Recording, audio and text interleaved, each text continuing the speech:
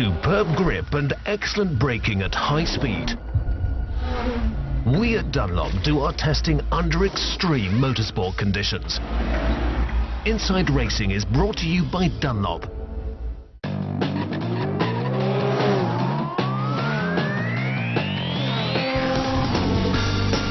Hello and welcome to Inside Racing.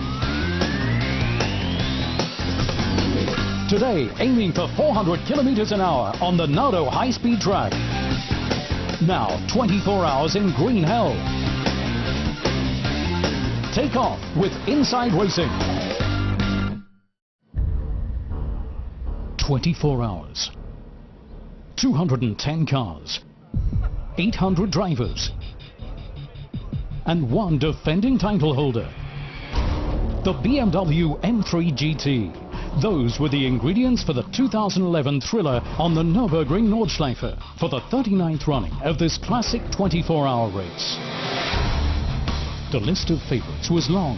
Audi, Mercedes and the Porsches of the Manti team.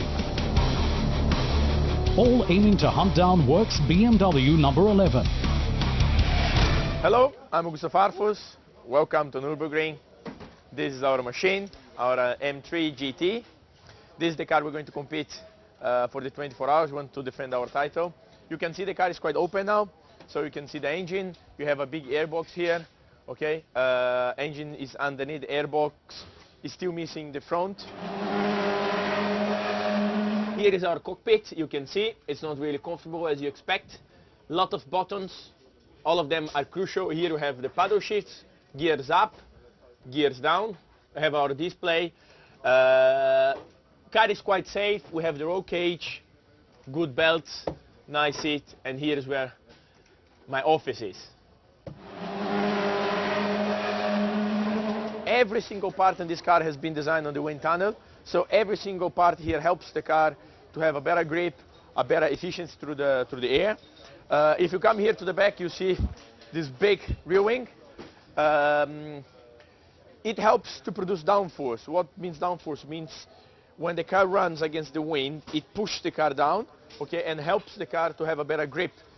Without this rear wing, it would be impossible to drive. The car would be a lot quicker on the straight, but would have no grip at all. And to keep your nose ahead on the ring, grip's definitely needed. Saturday, 4 p.m. Typical local weather. The start of the race becomes a lottery as the rain makes it tough to choose the right tyres. Wets or slicks. With tyre partners Dunlop, BMW make the right choice. Intermediates work best and both BMW cars take up position at the front. Hier geht's 25 Kilometer wirklich über Berg und Tal durch die Eifel. It's 25 kilometers through the Eifel here, uphill and down dale, and that means that track conditions are very seldom really consistent for a full lap. We saw that again here at the start of the 24-hour race, when parts of the circuit were dry and other parts wet. What's important then, of course, is that the window in which the tyre works well is extremely wide. They've got to have incredibly, let's say, good-natured characteristics and convey an incredible amount of trust to the driver in these areas, so that the drivers naturally also have a sufficient safety buffer. However, even trust in the right tyres doesn't help the two BMWs this evening.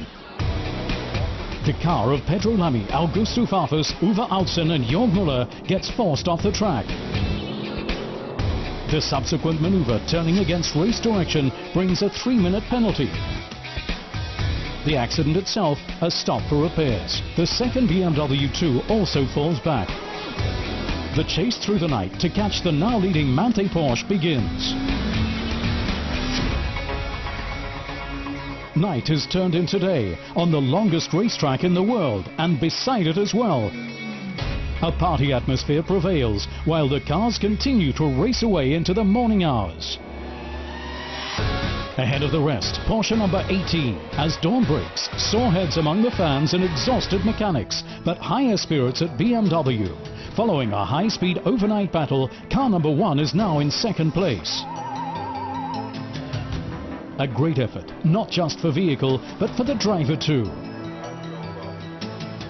The on-site physiotherapist knows well the strains put on his patients and helps them to recharge.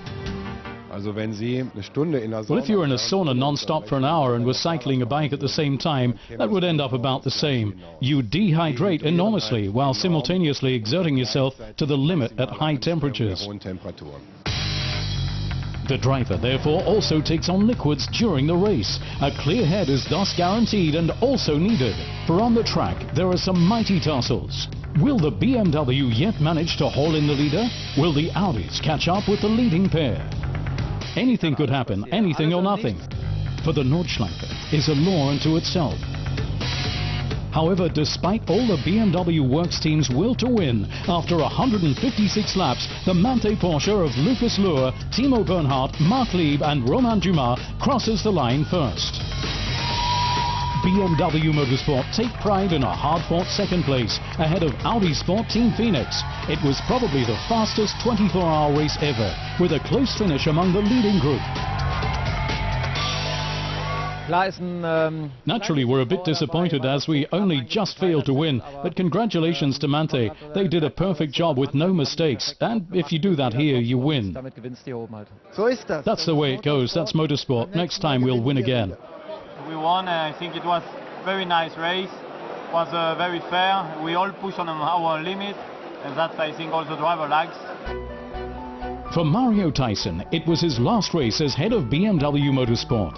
However, the team from Munich have an account to settle in the green hell, so we'll be meeting at the foot of the Nürburgring Castle once again next year.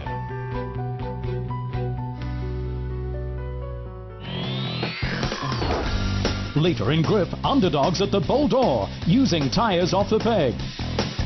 Now, two former British Le Mans winners in the new Golf 24 on the Nordschleife.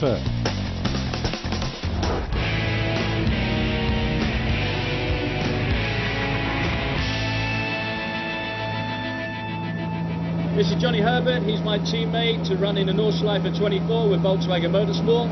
He's a great teammate, good friend of mine. We raced against each other since we were 17 years old. We trust each other. Most of all, he's fast. This is Mark Blundell, and he's fast. And let's go racing, Mark. Fingers crossed. Remember, this is the 235 GTI.